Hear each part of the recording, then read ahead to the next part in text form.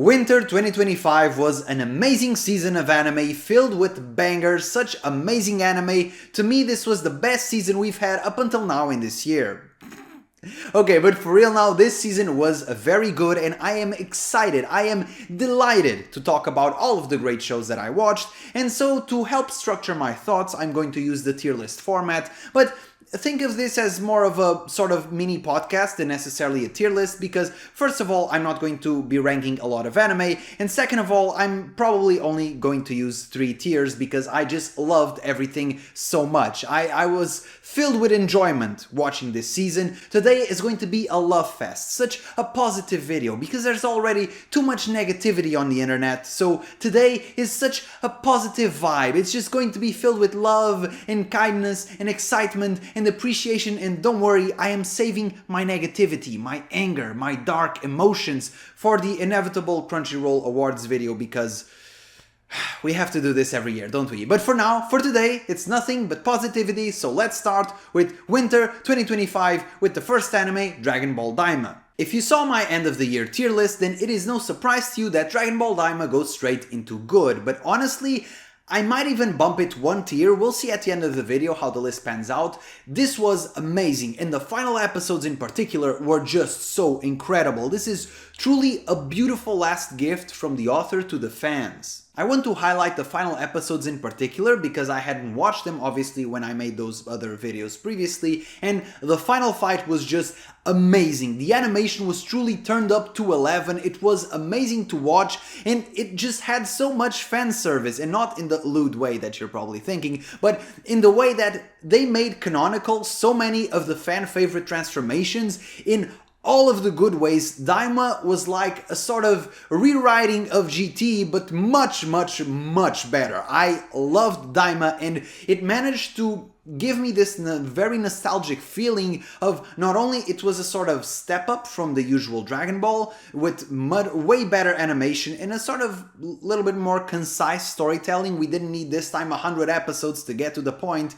It was over pretty shortly, but it was a sweet ride. And also it felt pretty nostalgic because it went back to the roots of the more comedic side of the original Dragon Ball. So I have to highlight, even though this was very much an action-oriented anime, and it was very good to watch for the fights and the choreography, it was also incredibly funny, and I truly mean this. This was very funny and had many moments which just made me burst out laughing. There's one character in particular, Hibis, I think that was his name. That dude was a riot. He was the funniest character in the entire show. His deadpan delivery, the jokes, the comedic timing, everything was just so good. That dude was so goofy. I wish they make a spin-off about that dude only. Obviously they won't because Dragon Ball fans just want to obviously see the Super Saiyan 69 and the transformations and all that. But that dude was so incredibly funny. I would watch a side series just about that dude because he just made me smile every time I watched him.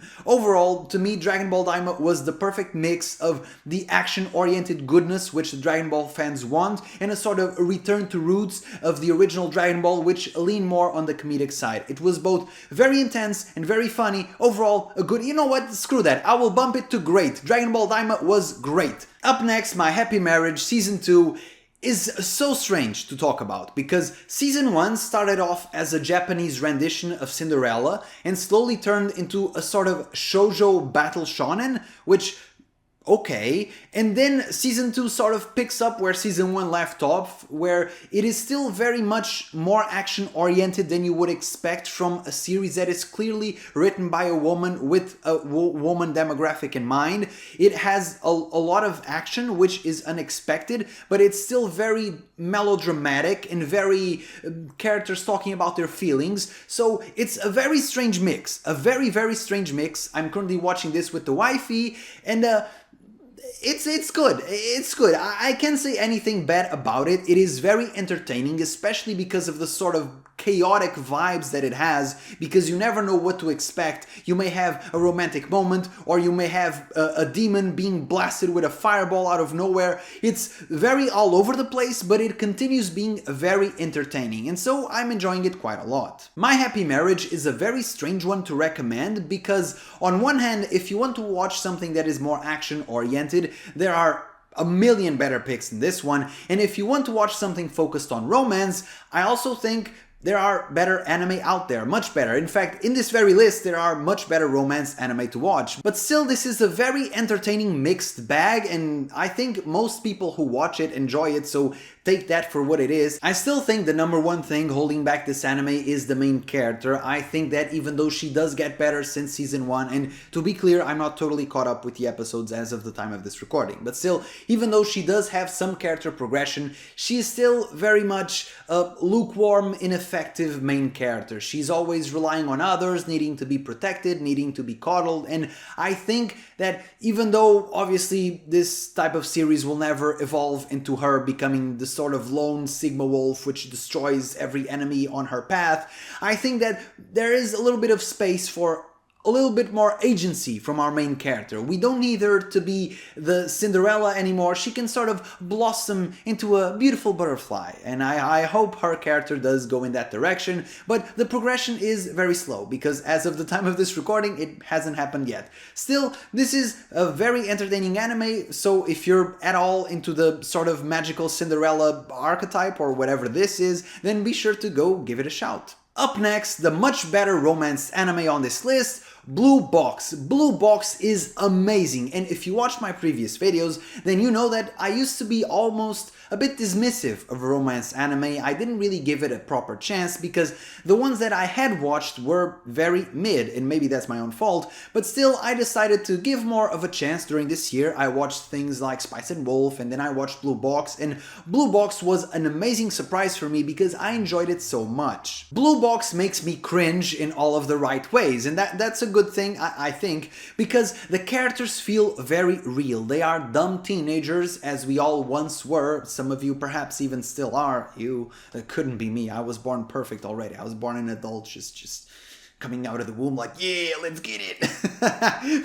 Anyway, Blue Box, it feels very real. The situations feel very cringy, intense, and you feel the drama and the butterflies in your stomach. This anime evokes memories in me, some of which are not pleasant, but still it evokes memories in me, and it just feels so raw, and that's why it's so good. As is obvious by the promotional material, this anime features a love triangle, which is addressed during this season, which I really appreciated. I think that all of the reactions of the characters are very realistic and mature, and it really made me feel for the characters and connect with them. I was rooting for the heroine that I knew was going to lose, so that's why you know this anime was good. It had me rooting for the losing girl, which is best girl, unfortunately, just as always. Japan, why do you do this? Why do you make the best girl always lose? What is wrong with you? I can't praise it enough. The only thing I will address is you have to look at Blue Box as truly a romance anime and sort of ignore the sports sub-theme because that's bait. The sports thing is complete bait.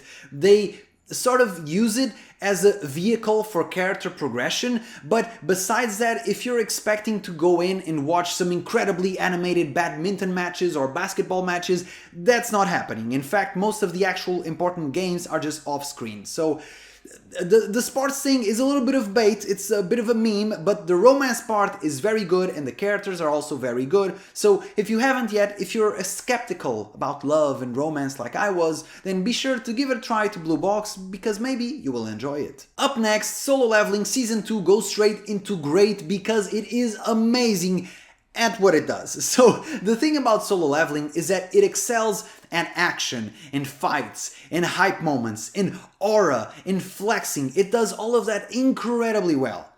If you are into that, if you are into the Unga Bunga characters fighting, which by the way I am, no one is above watching two characters looking cool and doing cool stuff. Don't even pretend to be this sort of pretentious snob who doesn't enjoy that. Come on, it's cool, it's cool. We all love it, but the thing is, if you're looking for something that is more story oriented, that focuses more on character development and intricate writing, then Solo Leveling is not for you. You're not going to find much of that there. Solo Leveling is truly the epitome of style over substance, but it's so stylish that I don't care. Season 2 goes even further than Season 1 because those scrappy, intense underdog moments we had in Season 1 are much rarer in Season 2. The protagonist is now much stronger, much more handsome, and so you get in exchange for those very intense, scrappy moments, which I love so much because I just love underdog stories and weak characters overcoming the odds. Because the character is no longer weak, instead we get a lot more aura moments, and flex moments, and what the kids call aura farming, which I didn't even know was an expression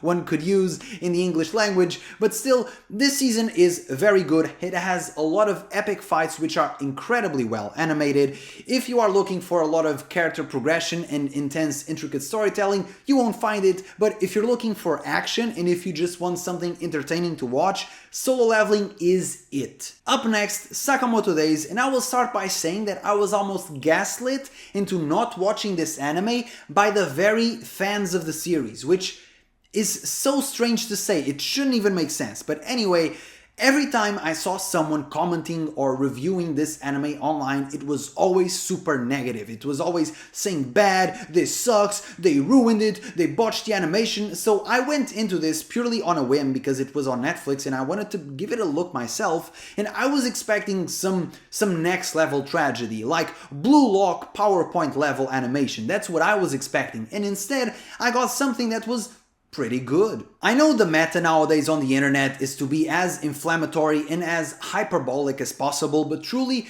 Sakamoto Days is good. It's not excellent, it's not amazing, it doesn't have any Sakuga moments which you share with your friends and are engraved in your memory out of their sheer greatness. It doesn't have any incredible moments of animation, but the animation is serviceable and the anime itself is fun, and don't let any of the Sakamoto crybabies tell you otherwise. And listen, I completely empathize with the idea of wanting your favorite series or a series you love so much get the amazing adaptation that you think it deserves. And that is completely fine, and I relate with that 100%. I can only tell you of some of the horror stories I have from series that I loved and whose adaptations were not so good.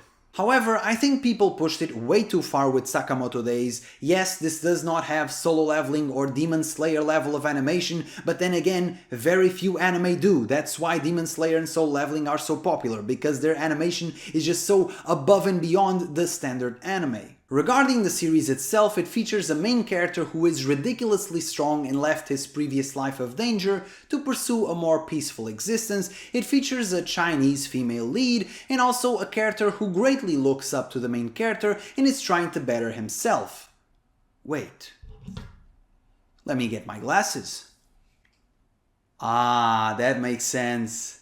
But for real though, while I will not deny any inspiration from Gintama, which by the way, out of all the anime to get inspiration from, one of the greatest of all time is certainly a good source for it, I will say this is much more action oriented, but still is plenty funny. And so I think you should give Sakamoto Days a try. If for some reason the animation is absolutely atrocious and you cannot have this average level animation be placed upon your eyes, then by all means go check out the manga, which I have not read, but I am now very interested to do so. And I greatly enjoyed this. I think it is very action oriented, but it still manages to have a good comedic tilt where everything feels funny and light, and even though there are some gruesome scenes, nothing ever feels too serious and it's always entertaining. Up next, Apothecary Diaries Season 2, and much like its predecessor, it goes straight into A tier because it is great. And I say this and it may sound hyperbolic, but trust me, I mean it. Mao Mao is one of the greatest main characters of all time. She is just so ridiculously entertaining and so smart. It's so cool to follow her thought processes, and she is so quirky. She always makes the things so fun to watch. She is a great female lead, perhaps one of the greatest, if not the best of all time. Season 2 does a great job on taking everything that was good about its predecessor and turning it up a notch. We delve deeper into the Emperor's bloodline and the storyline of his entire family, so things are heating up not only in terms of story and stakes, but also in terms of romance, where we are starting to get some developments, some hot scenes, and I truly mean it. This season 2 is truly upping the stakes on every single level, and the only thing at this point that Apothecary Diaries is missing in my view to get it to that coveted S tier is a truly impeccable story arc. It needs that story arc to ascend to the next level, and I think the ingredients are all here. I'm just waiting for the execution,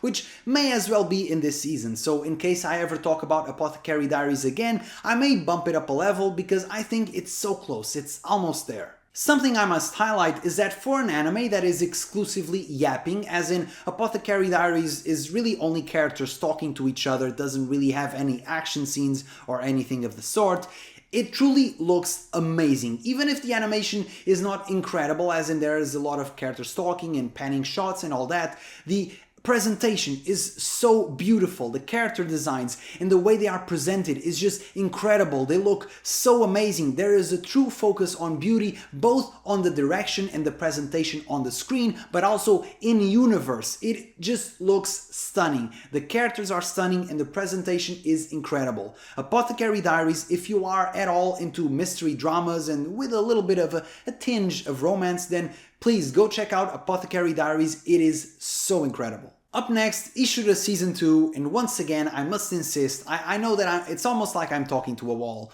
but please, if you like fantasy and battle royales, go check out Ishura because it is so good and it gets better. And yes, the beginning of the season, the first season, is weak. I think the first episode of the first season is quite bad, but it just keeps getting better and better and better and introducing more characters, more great characters, and it's just so good. This anime feels like a fan creation in all of the good ways. It just is a melting pot of all of these incredibly quirky and diverse characters. It has dragons, giants, vampires, robots, schoolgirls, slimes. Yes, there's an evil Rimuru in this season and it's incredible. The things which are holding back this anime the most is number one, a lack of a focused main character. Every single episode or every 2 episodes we introduce a new character to the eventual tournament, which is teased for season 3, which I do hope comes out, because if all of this build-up was for nothing, I'm going to be severely disappointed. But either way, the build-up on itself is just so good. There are so many good characters, and my only complaint about this anime from a story perspective is that I think the crappy characters are front-loaded.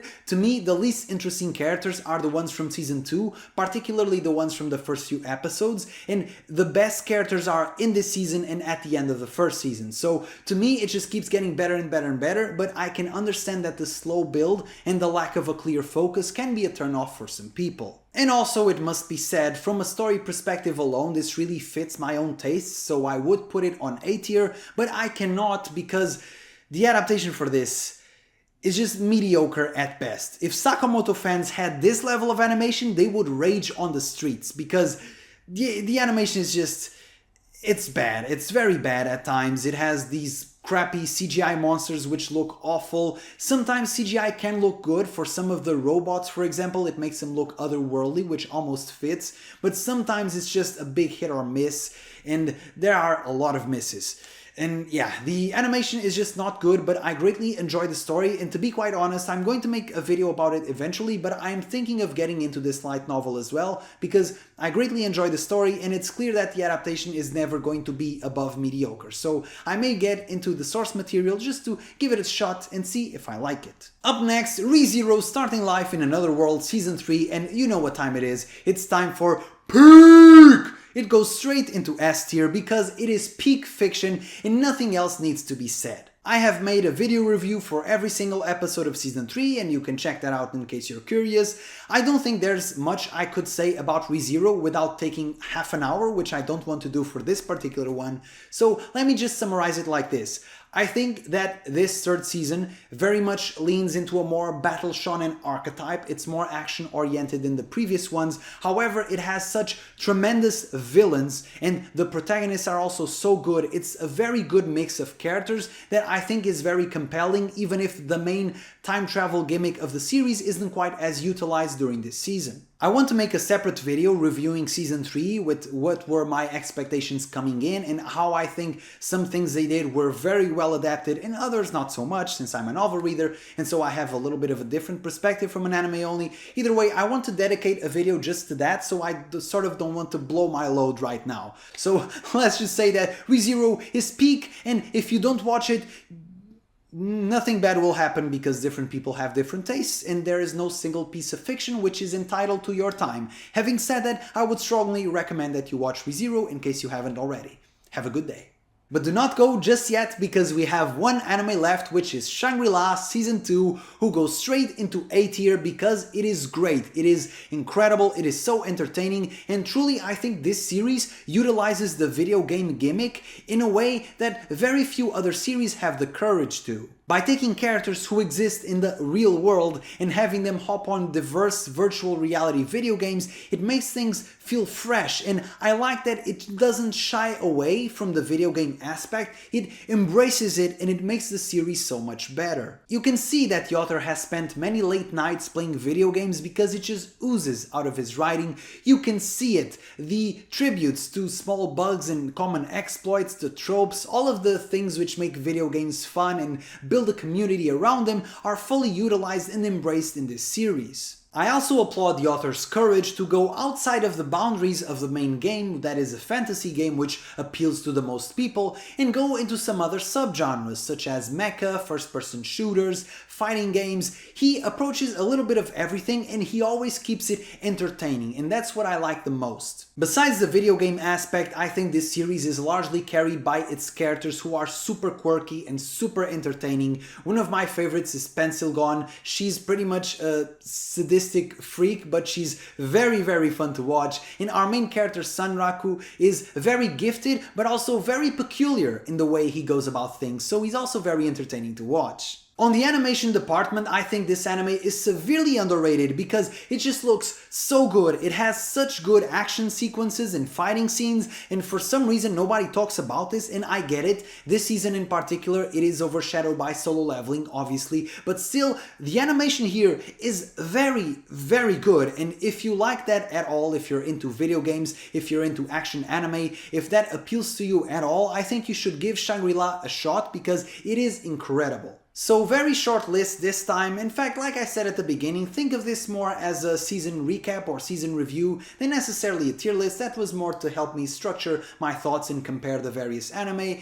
And I just love this season. So many good shows, and even the ones that weren't as good were still plenty entertaining. So incredible season. I look forward to the next one. So let me know in the comments if you think I was too much of a softie this time, if you want to see the darkness inside of me, the criticism and the cynicism and all of the evil things or whatever. But for real, this video was so positive because I truly was amazed by the season. Just incredible shows. And for everyone that asked me, yes, I will get down to watch Orb eventually. I didn't have time these past few months, but I promise I will watch Orb, and when I do, I will make a video about it, probably. The video is not a promise, but the watching is a promise. Either way, be sure to leave a like, subscribe, let me know in the comments what anime you like the most, and see you in the next video. Ciao!